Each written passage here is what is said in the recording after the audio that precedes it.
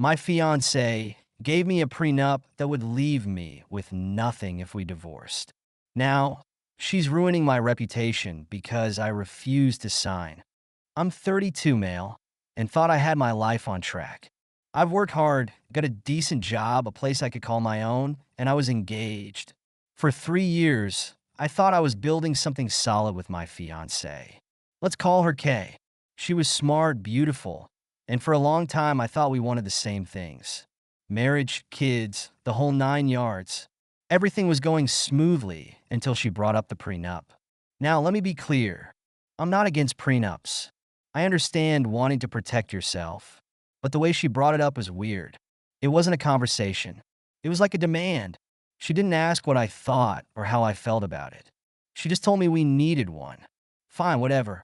I'm not a millionaire, but I've got some savings, my investments, and my apartment that I rent out. If a prenup was meant to protect us both, no big deal, right? Well, she handed me the draft, and holy shit. It was like reading something a shark lawyer would cook up for a millionaire to screw their spouse. It wasn't a prenup. It was a damn land grab. I read through it slowly, my stomach sinking deeper with each sentence.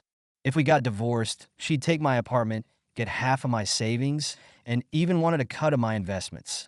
She'd walk away with pretty much everything, and I'd be left with scraps. Meanwhile, she'd keep all her stuff. The kicker? If I had any debt, it was all mine to deal with. Convenient for her, right?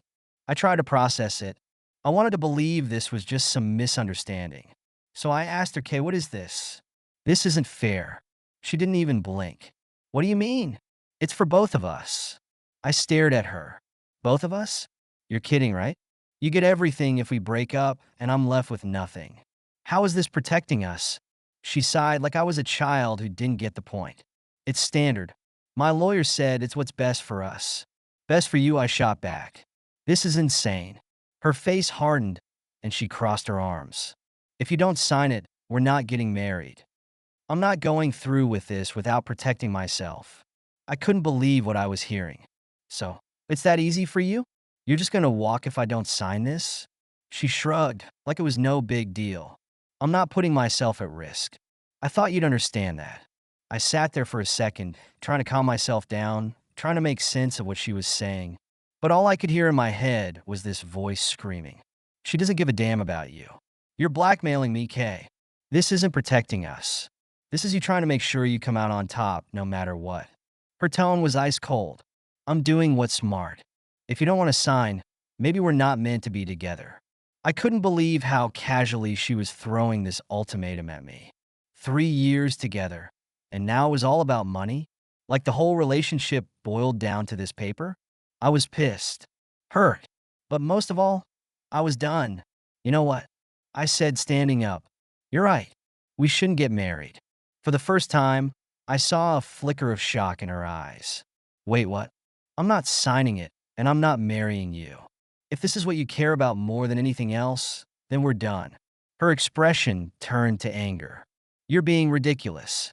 You're seriously going to throw everything away over a prenup?" "No, you are," I said, voice steady. "You're the one who turned this into a business deal instead of a marriage." I walked out of the room, leaving her there, stunned and furious. But as soon as the door closed behind me, I knew it wasn't over. I didn't hear from her for a few days, but I started hearing things from our mutual friends. Apparently, she was already on a mission to make me look like the villain. According to her, I was some greedy bastard who refused to share my assets. She painted herself as this poor woman who just wanted to protect herself, and me as the selfish jerk who left her because I didn't want to commit. I didn't think much of it at first, figured people would see through her bullshit, but it got worse. People I thought I could count on started distancing themselves. Friends stopped responding to texts. I was hearing whispers about how I'd used her and bailed when it came to serious commitment. I was floored. The lies she was spreading were insane. One night, I got a call from my cousin, who heard through the grapevine that I stole money from Kay, that I'd taken advantage of her financially and dumped her when she tried to be responsible. I lost it. I called Kay the next day. She didn't pick up, so I texted her, "We need to talk." Now, she called me back a few hours later. calm as anything. What's the problem? She asked like she had no idea. The problem? I snapped. You're out there telling people I left you because I didn't want to share my money. Are you serious? She didn't even try to deny it. Well, you did. You didn't want to sign the prenup because you're selfish. People should know the truth.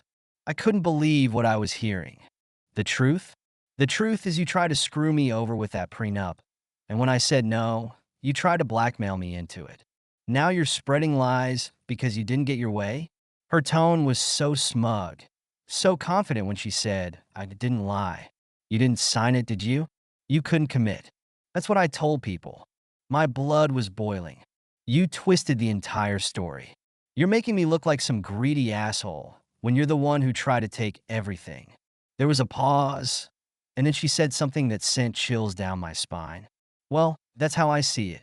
If people want to believe you're the bad guy, that's their choice. I hung up. I couldn't deal with her anymore. I wasn't going to get through to her, and she clearly didn't care. She was hellbent on making sure she looked like the victim, no matter what. So I did the only thing I could. I started telling people the real story. I showed a couple of close friends the prenup, explained what had actually happened. It took time, but slowly the tide turned. People realized that she wasn't the innocent, heartbroken fiancée she was pretending to be. She was a manipulative, entitled person who tried to milk me dry and then went on a smear campaign when I refused to play along. But even after I cleared my name with most people, the damage was already done. Some friends never came back. Some people still believe her lies, and honestly, I've just accepted it at this point. People are going to believe what they want to believe. Months later, I'm still picking up the pieces. I dodged a bullet, but it left a mess behind. Sometimes I still can't believe how it all went down. How fast it escalated. How someone I loved could flip a switch and become someone I didn't even recognize. Looking back, I can see the red flags. Like the way she was obsessed with knowing how much I had in savings, what my investments were worth. Or how she'd constantly push for us to live above our means, even though I didn't feel comfortable spending money like that. I thought it was normal relationship stuff. Turns out, it was just the beginning of something much worse. But I learned my lesson. Trust your gut. If someone tries to push you into something that feels wrong, don't do it. People like that don't care about you. They only care about what you can give them. So yeah, that's my story. And if you ever find yourself in a similar situation, take my advice. Run. Trust me, no amount of love is worth getting screwed over. Thank you so much for listening to my story. If you have any thoughts, I'd love to hear them. So please leave a comment.